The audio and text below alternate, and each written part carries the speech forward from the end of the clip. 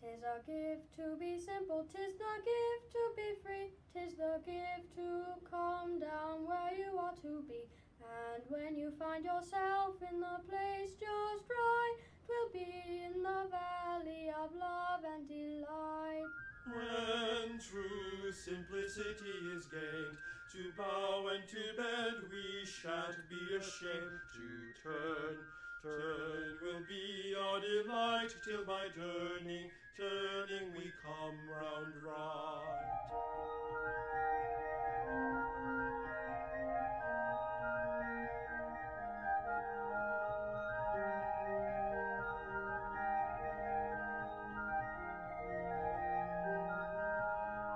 'Tis the gift to be simple, 'tis the gift to be true, 'tis the gift to labor till the day is through. And when you find yourself in the place so fine, 'twill be in the cool of the birch and the pine. When true simplicity is gained, to bow and to bend we shan't be ashamed to turn. Turn will be our delight.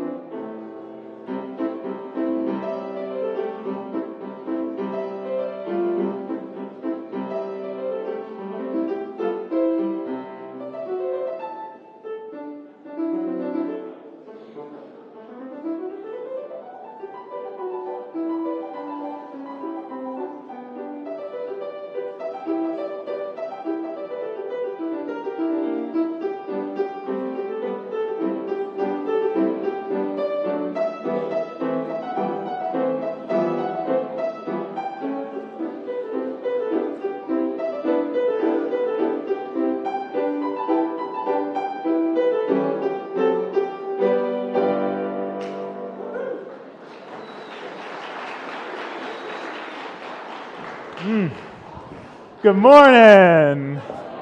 Good morning and welcome to the Unitarian Universalist Church of Berkeley. I'm Rev Marcus Liefert and I'm so glad to be with you this beautiful Sunday morning. I'm so glad you are here. If you're visiting with us for the first time, I especially want to welcome you.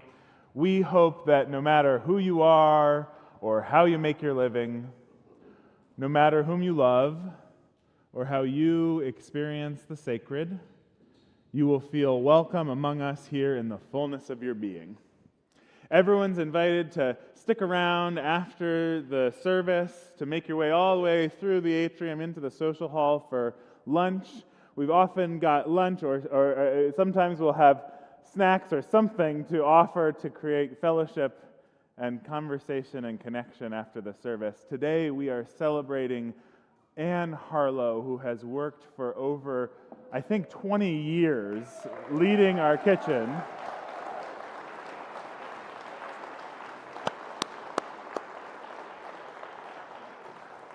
And who is retiring from that role. So we're going to celebrate her this afternoon. Stick around if you can for that. Thank you, Anne, for all of the dedication. I don't think she's even in the room. She's in the kitchen, so you're going to have to thank her again and again.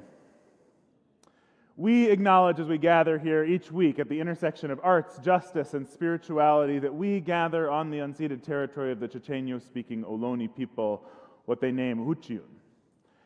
We hope that out of this broken covenant that we've inherited with the first peoples of this place, we will do our part to restore what's been damaged, to live into a new solidarity with Indigenous peoples and the earth.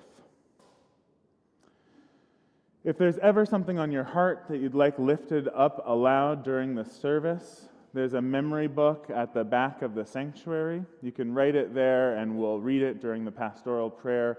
You're also always welcome to simply light a candle for a private memory or prayer. We are in this season of celebrating Earth Day. There's an alternative vehicle car show in the parking lot, I understand, this morning, so you got to check that out. We're in a season of worship where we're talking about eating from the tree of life. How we learn to live and love in a complex reciprocity. And today we're thinking about the heartwood of that tree and the bark that surrounds it, and how we live with permeable boundaries between ourselves and all around us. Before we sing our first hymn, would you rise in body or in spirit?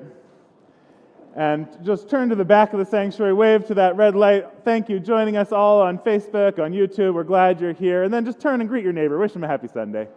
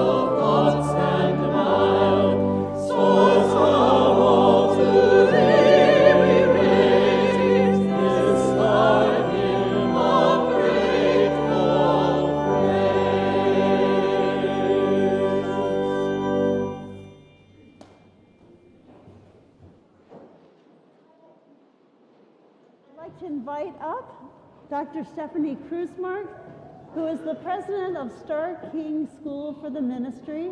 Stephanie shared in personal theology this morning, and she'll be with us during lunchtime today to engage in any further conversation. Pulled in many directions by the demands of our days, we light this chalice to remind us of the still point deep inside, made unsteady by the winds of unpredictable paths. We light this chalice to remember the shelter of each other, longing for lights that lead us back to our truest selves. We light this chalice to illuminate the faces of friends and sacred companions, recalling once again that we find our way through our willingness to take each other's hands.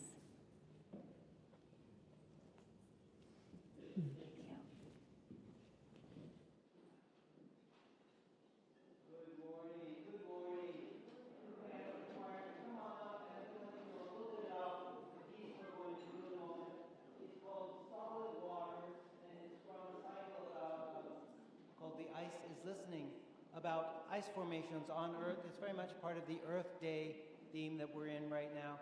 It's poetry by Kate Whistling that's based on a very old poem or a very old story from 1684.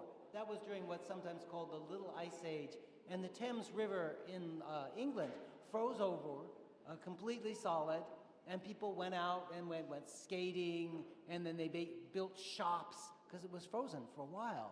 And people went out and bought things and had bonfires on the river. It was quite amazing. So the text will be displayed up there. It may not line up exactly with when we're singing it, but you'll get all the words that matter, I think. It starts with, "And the river was all frozen, the hardest weather set in tyrannous.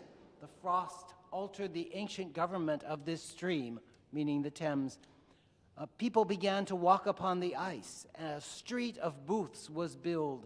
The thriving trader and his shop, people with their recreations, there's a word charioted. People would take sleds and go charioting out on the ice, eating and drinking. And the very end of it talks about how in other parts of England, the cold was so harsh, they had no charioting or fun. It was the harshness of the winter time back in the 17th century. So this is called Solid Waters by the English composer Cecilia McDowell.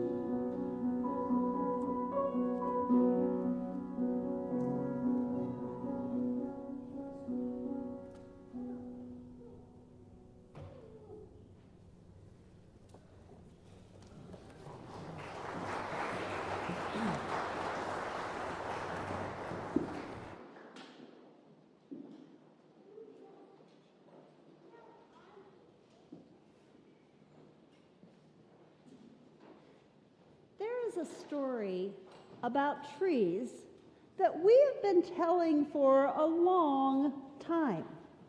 And it's a simple story.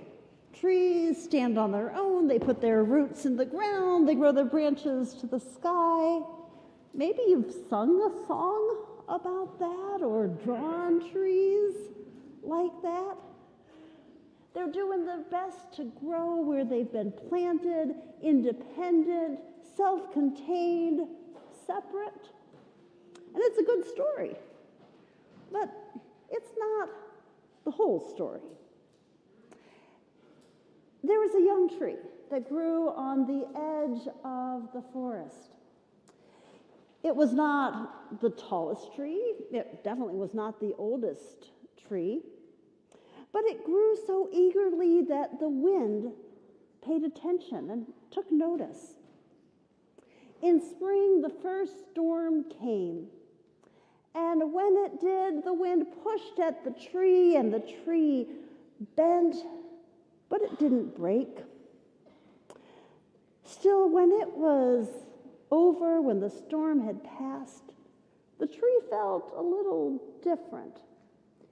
Inside, not visibly, but in the weeks that followed, it felt like it was growing a little bit lopsided, unevenly, like it had thickened in one side, and It was reaching just a little differently on the other side. The weeks went by, summer came, trees around it were growing, the old trees grew steady, the other young trees were finding their shapes. And then came a year without rain. The soil was hard, the air stayed dry. And one day, after a long, still day with no wind, the tree felt something different inside and around it. It was aware of the earth underneath it, not lifting it or directing it, but there, present in a little different way. So it began to pay attention as the weeks again went by, and it saw that some trees still had green when I thought they might not, and that other trees were still growing, young saplings were still coming upward, even though they'd gone through a tough time. And the tree began to realize that there was something it couldn't see, something it didn't hear, but something that just felt different. At first they thought that they imagined it, but then they realized they weren't growing all alone. There was something sustaining life together. And as the years went by, those rings of the tree expanded. What had been the outside became something inside, and it felt less like memory and more like structure, something that held. The tree couldn't explain this when drought still came and storms still came, but it didn't mean quite what it had meant before. And slowly over years, it learned that standing is not the same as standing alone, that growing doesn't always happen upward, and that there's something that can hold, something that can't be named, but there's something there when we're not sure how to hold ourselves. And if the tree could speak, I don't think it could explain all of this, but it might just ask, what holds you when you don't hold yourself? And will you rise in body or spirit and sing a tree song for us as we sing the children out to their religious education classes?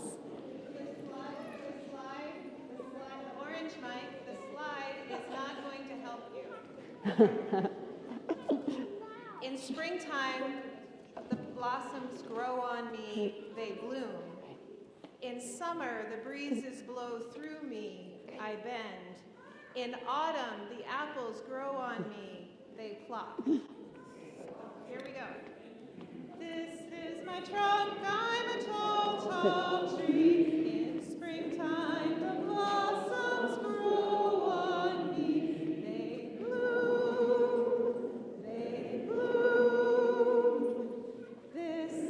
My trunk, I'm a tall, tall tree. In summer, the breezes blow through me. I bend.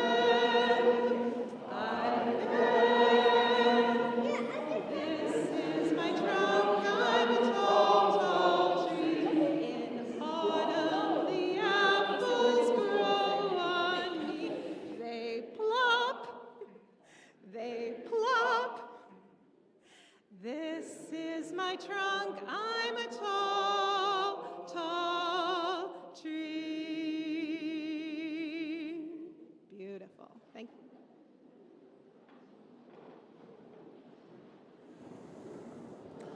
Oh, beautiful plopping. I want to share a reading with you this morning before we settle into our time of centering, a reading from Scott Russell Sanders' book's Heartwood. Trees breathe, my father taught me. They draw in what we cast off, carbon dioxide, and they give off what we crave, oxygen, and so our breath circles in and out of their pores. Only the outer bark of the tree is alive, the tender inch or two of sapwood just beneath the bark, which carries vital juices between dirt and leaves. The inner core of the tree, the heartwood, is no longer living. It's not really dead, but merely still. Finished, like a snapshot. Sliced open, the heartwood reveals a tree's history.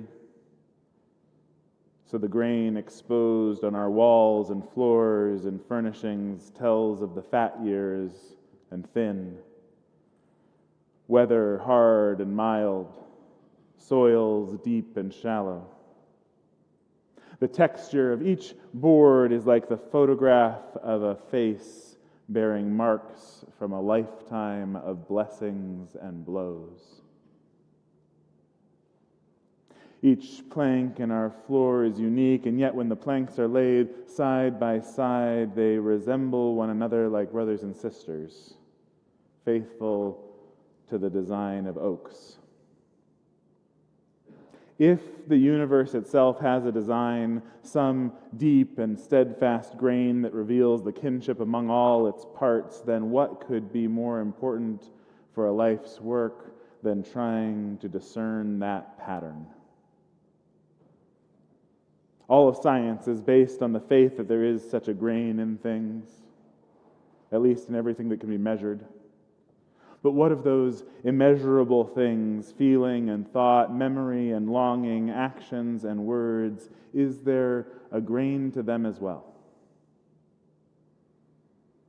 Is there a pattern in our striving, a moral to be drawn from this history of breath?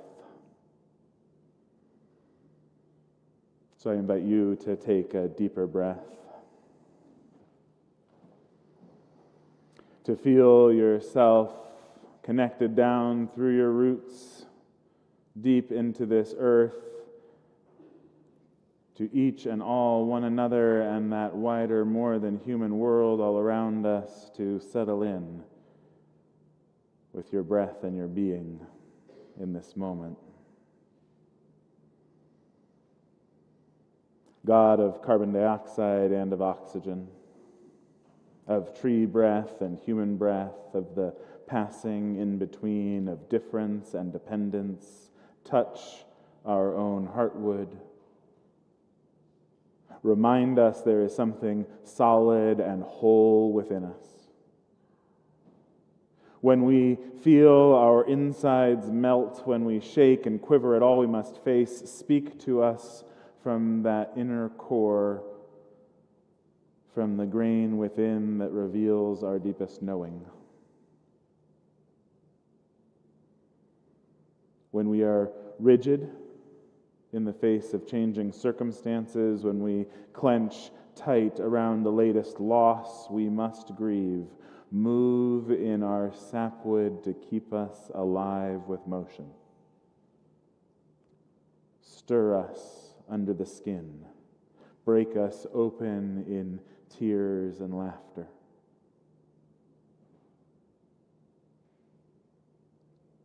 And when we feel like maybe it's time to give up on ourselves, when the lifetime of blessings and blows feels as if it's taken us to love's edge, reveal, God, a pattern in us. Reveal a beauty in our memory and longing. Show to us the grain of our being in the history of breath. And dwell there within us. In quiet. In stillness.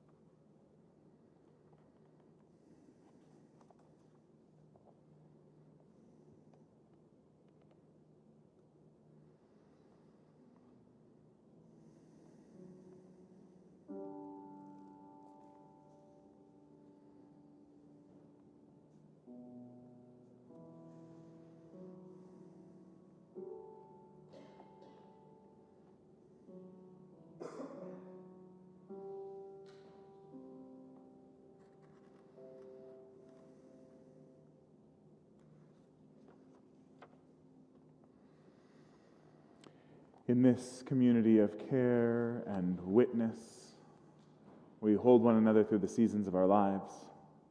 We lift up those joys and sorrows, griefs and gratitudes among us.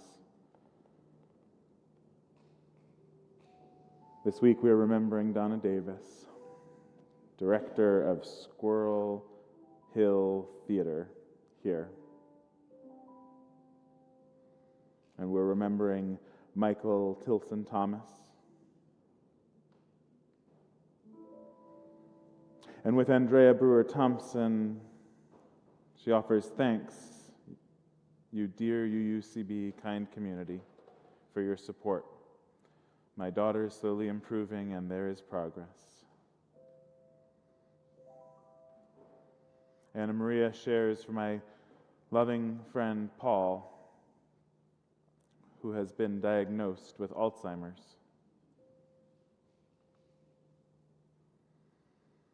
And Catherine Gale asks, please hold good thoughts for my sister and brother-in-law who are making difficult end-of-life decisions for his care. May they find clarity. Someone asks, please help Lila and her family.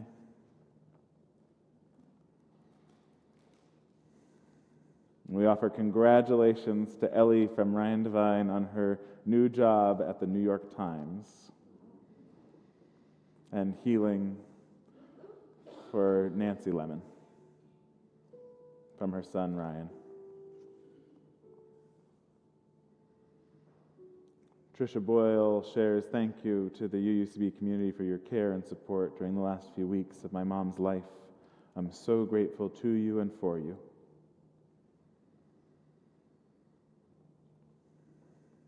And Linda Laskowski shares on our behalf gratitude for the leadership of Dr. Stephanie Cruz-Mark, the new president of Star King School for the Ministry, who spoke at Personal Theology this morning. Catch that deeply thoughtful sharing on their UUCB website.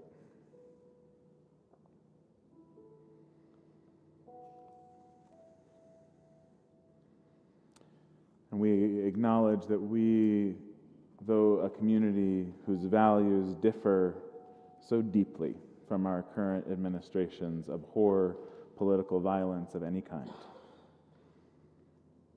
and wish an end to this era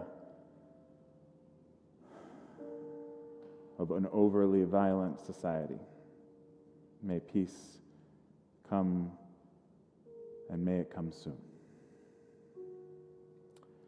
For all that we have named, for all that yet remains in the silent sanctuaries of our hearts, may each of us know that what we hold here in this sanctuary or wherever you are joining us from is held in the loving embrace of our community, and by that love beyond all naming, that love that moves within us and among us and around us and beyond us, a love that cannot and will not let us go. May it be so, and amen.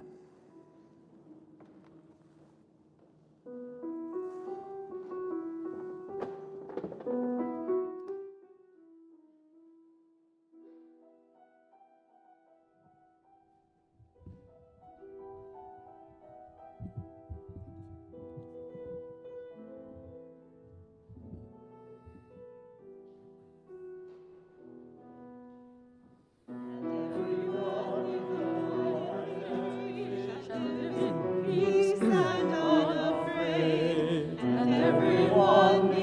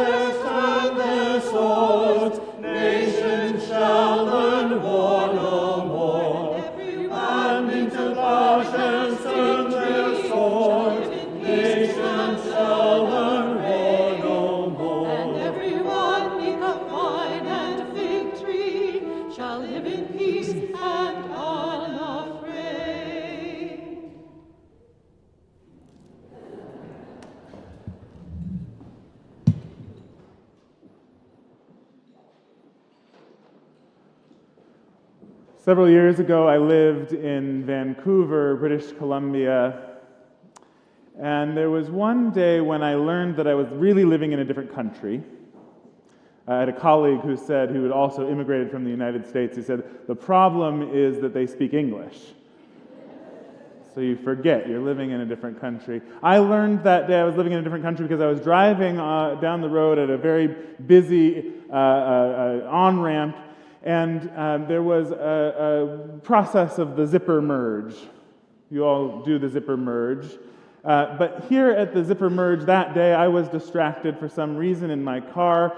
It may have been the 1 or 1.5-year-old who was in the back seat. It may have been an alert from a device. I don't remember why I was distracted, but I do remember looking up to see the woman on the other side of the zipper in absolute flustered consternation, looking at me as I had not taken my turn to zip from my side of the merge.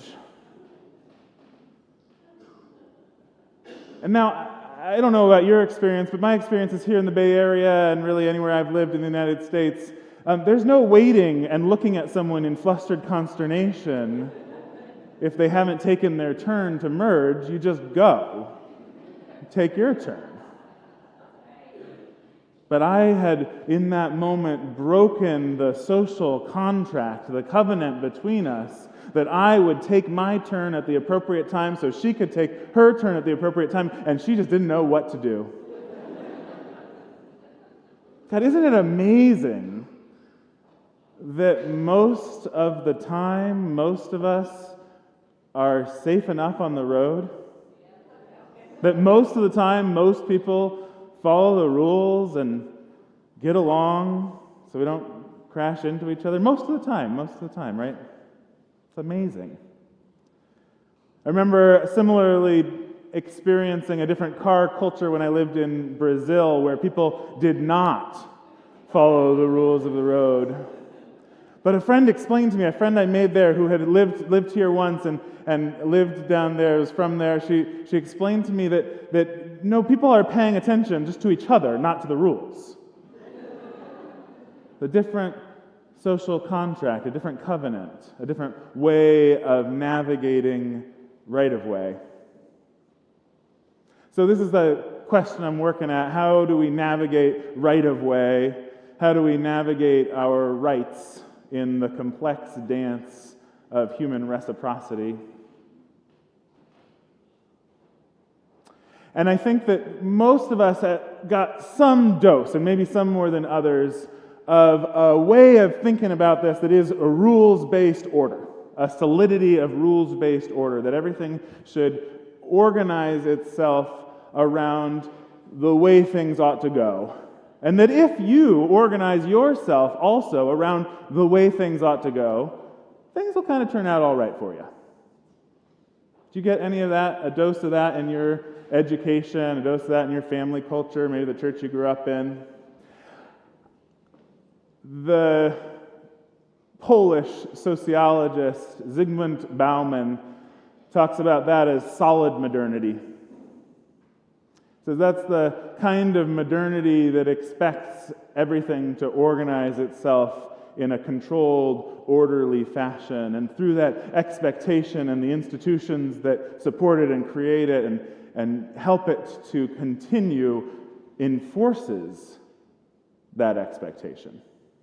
Right? So this solid modernity that we live with, this rules-based order, the rights that are organized like we think of the United Nations Declaration of Human Rights, a solid rules-based order. Bauman says it's falling apart. And you feel that, right?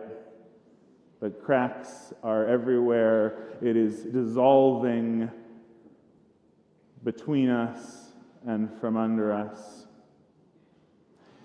He says that maybe what is emerging might best be understood as a liquid modernity, a modernity that moves more impermeably that is more changeable. He's been showing up. I haven't read him myself, but I've been reading other authors who are referencing his work, this notion of solid modernity and liquid modernity as a lens to understand the transformation unfolding all around us. And I think that if we are going to participate in a healthy way in a culture that respects the right of way, the rights of others, even as we respect our own.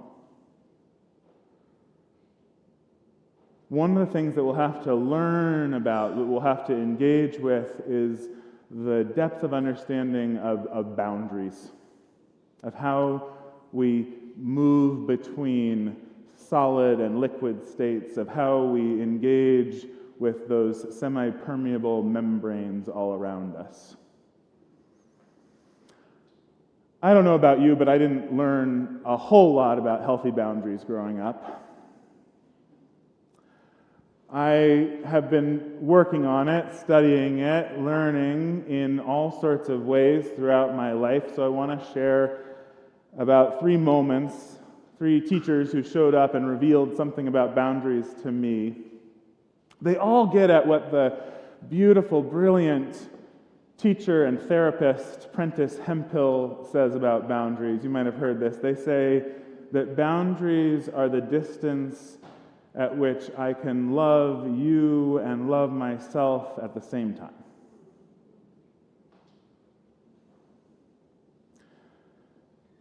I so wanted to worship a God of boundarylessness, a God that dissolved it all and came into loving communion in the oneness of being with everything.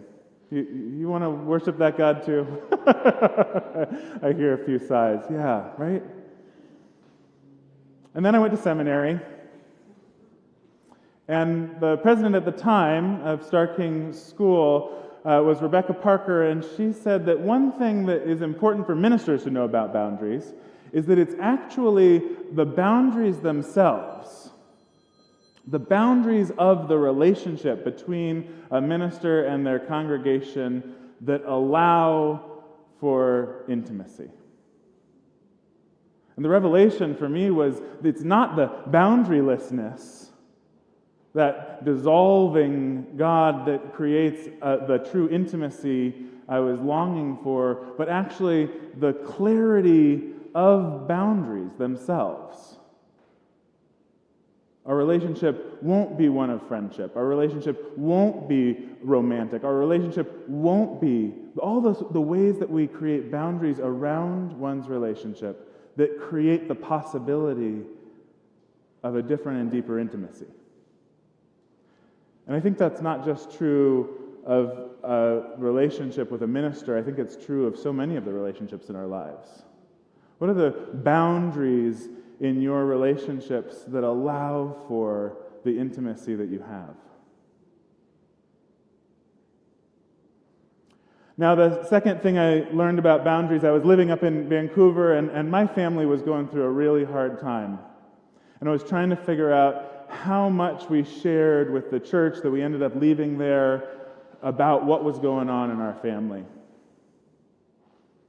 And there was this question of, okay, what are the appropriate boundaries here? And so I consulted a colleague, Rev Barbara Tenhove, and she said, the most important thing I've learned about boundaries is that we tend to think of them like you're building a brick wall.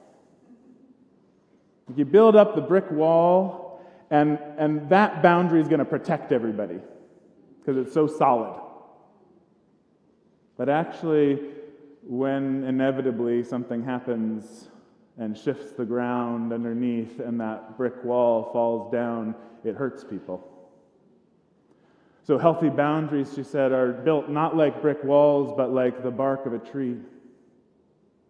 They form, they emerge organically over time. They are semi-permeable. I was just looking at some trees, thinking about this week. You know how the bark, they rip open in places? They're thinner in some places and thicker in others. This whole organic, changing, permeable membrane designed not to keep a rigid, rules-based safety, but to be a responsive, relational boundary between what is inside and outside of this being.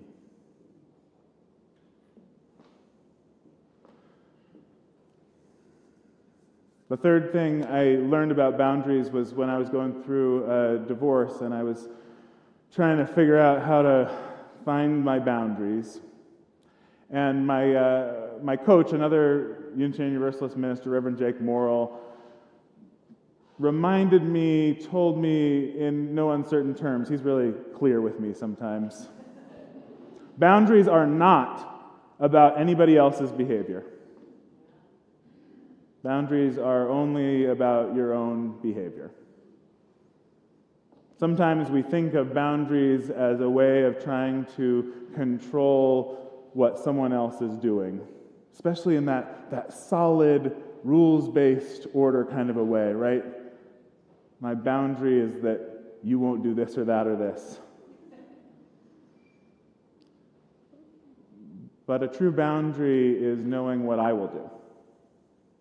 If this happens, and there's a whole other area I'm not touching today about how we communicate about these boundaries. That's a challenge unto itself.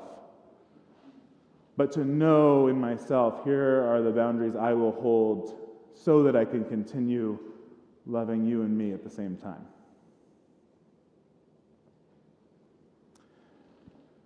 There's a Jesus story that came to mind thinking about all of this, and I know we all sometimes feel a little squeamish about Jesus stories here, but it's an interesting one. It's one of those healing stories, one of the ones we especially feel squeamish about.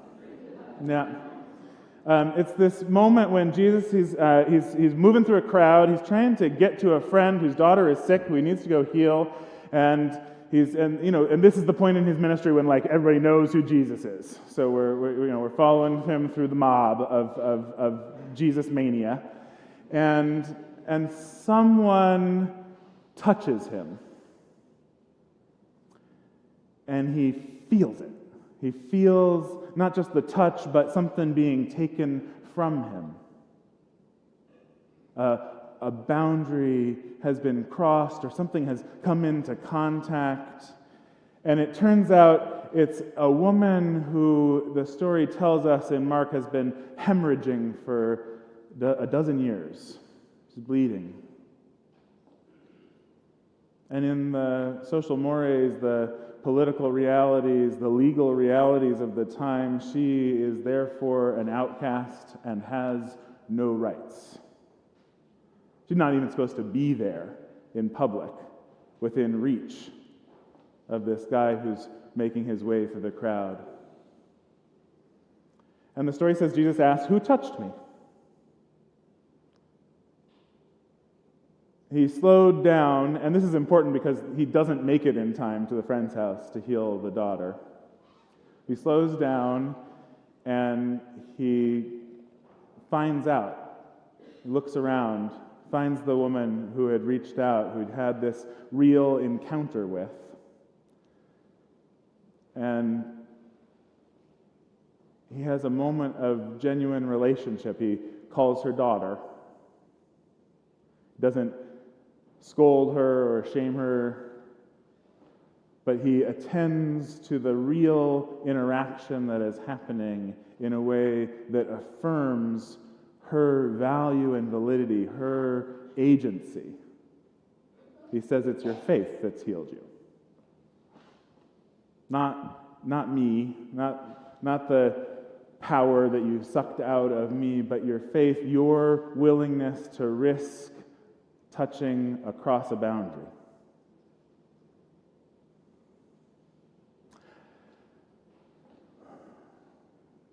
There's a depth that Jesus engages these questions with in the stories.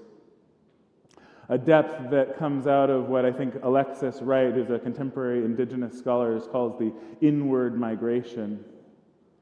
In times of empires, an unjust rule, of chaos and uncertainty, the inward migration is the invitation to get in touch with one's own heartwood, to live from those deepest values.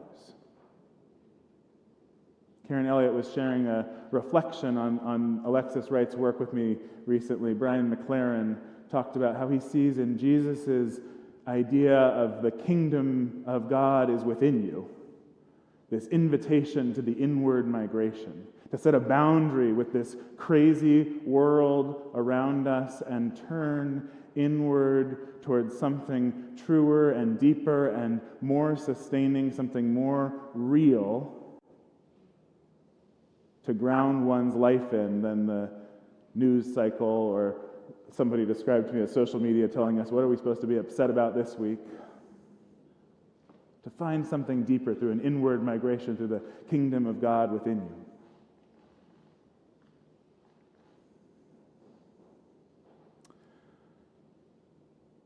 When we have our own heartwood intact, when we trust that the semipermeable membrane of our organic bark will protect that living sapwood around it so that it can transfer those precious nutrients between dirt and leaf,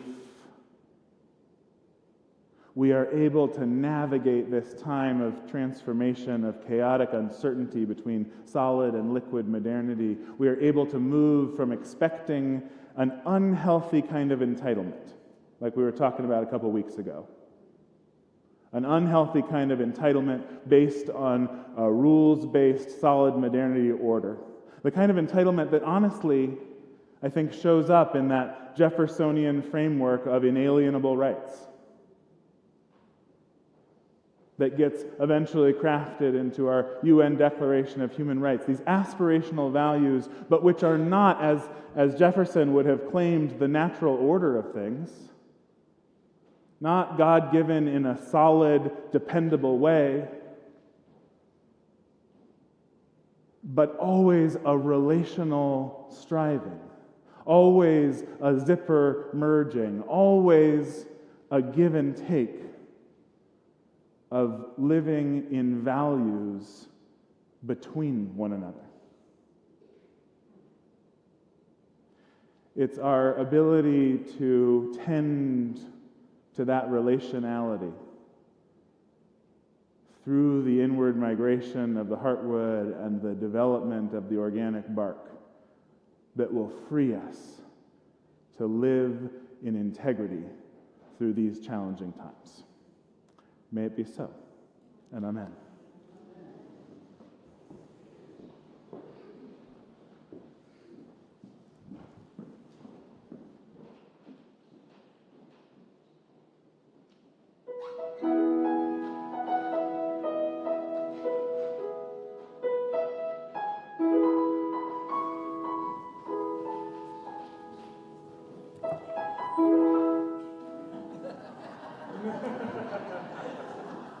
Hello, my name is Beth Jurdy, and I'm a member of the Board of Trustees. In our covenantal community, we share the responsibility for pursuing our mission by giving generously of our time, talent, and treasure. I invite you to support the work of our church through a financial contribution. Each week, half of our offering is shared with a nonprofit Good Neighbor organization, and this month our Good Neighbor is the Berkeley Food Network.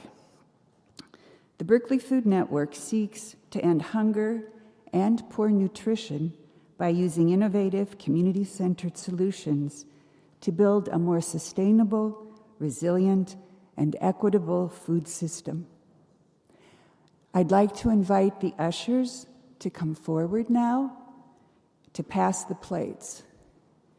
You can give electronically by tapping a card or phone or watch on the device in the plate, or by scanning your QR code on your badge.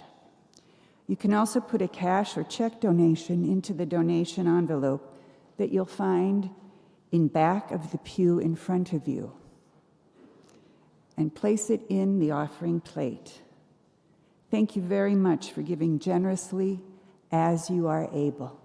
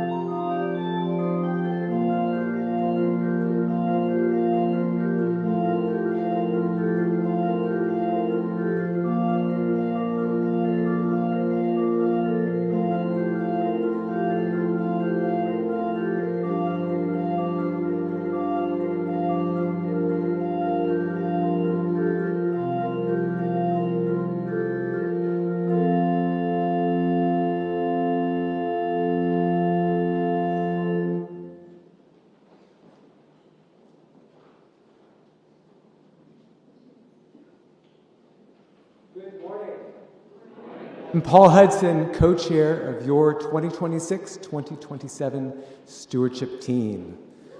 Today is Stewardship Celebration Sunday, and we have much to celebrate. We together have achieved our pledge goal for our next congregational church year.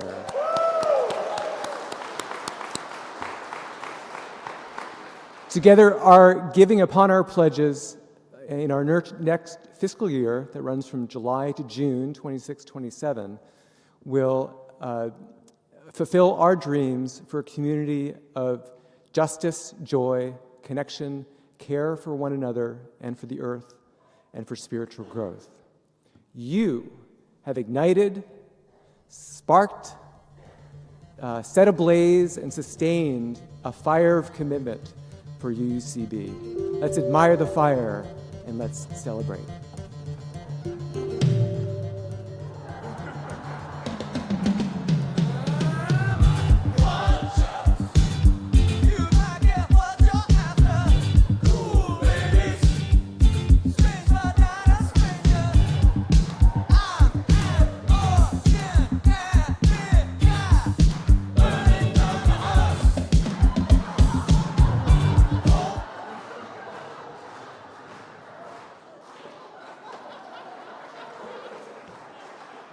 Lisa, there's no actual fire. We're okay. It's a metaphor for our love and passion and commitment for UCB. You just can't be too careful. Thank you for your generosity to the ministry of this congregation. If you haven't gotten your pledge form and it's not too late, you could help us be the largest pledge contribution ever, which would be wonderful. But in the meantime, please join us for cake in the atrium. In addition to celebrating Anne Harlow, we have cake to celebrate today, so thank you.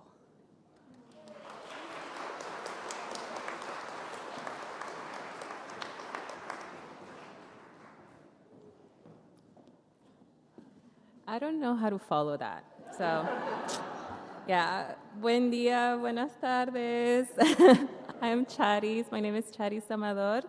If you are new to our church, thank you so much for checking us out. If you have any questions, you're invited to the fireside room after the service until 1 p.m. for our newcomer Q&A. You just bring your questions. I might or might not give you answers. There's no presentation involved. Just come and we can get to know each other. To find out what's happening in the life of our community, check out the news tab on our website. It has the week ahead, which is, as the title says, upcoming events in the week ahead. This and other announcements as well. This week, I want to especially lift up that at 1:30, we have the Honoring Indigenous Peoples group. We'll be hosting our member, Hertha Wong, as she teaches us about the vitality of Indigenous storytelling and its ongoing role in resistance, resilience, and healing. On Sunday, May 3rd, we will recognize those who've made 80 circles or more around the sun in our Doctors of Durability celebration. And on May 2nd, the Pride Committee will host a brunch at noon at Fat Apples in El Cerrito. All LGBTQIA+ folks and families from UUCB are welcome. Now, will the ushers please come forward? Before we sing our closing hymn, I invite you to rise in body or spirit and join me in dedicating our offering. We dedicate our offering and ourselves to the mission of this congregation, to create loving community, inspire spiritual growth, and encourage lives of integrity, joy, and service. Gracias.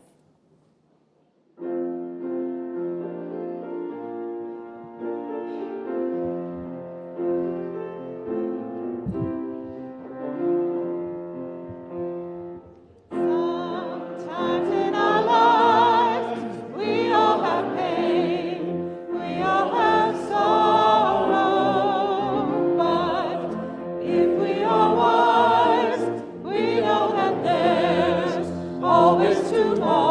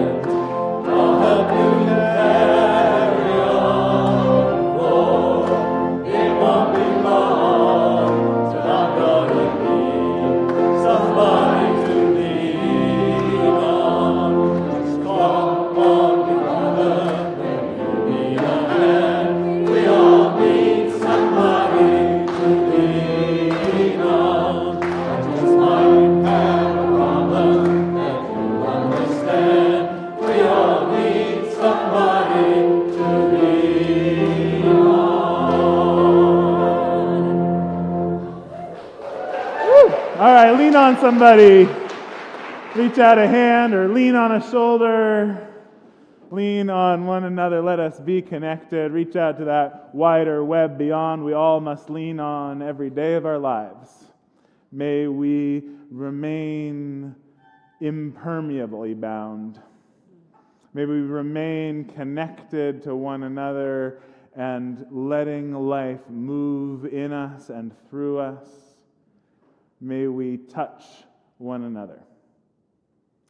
And may we, through our impermeable boundaries, our impermeable selves, know a love that knows no bounds. May it be so, and amen.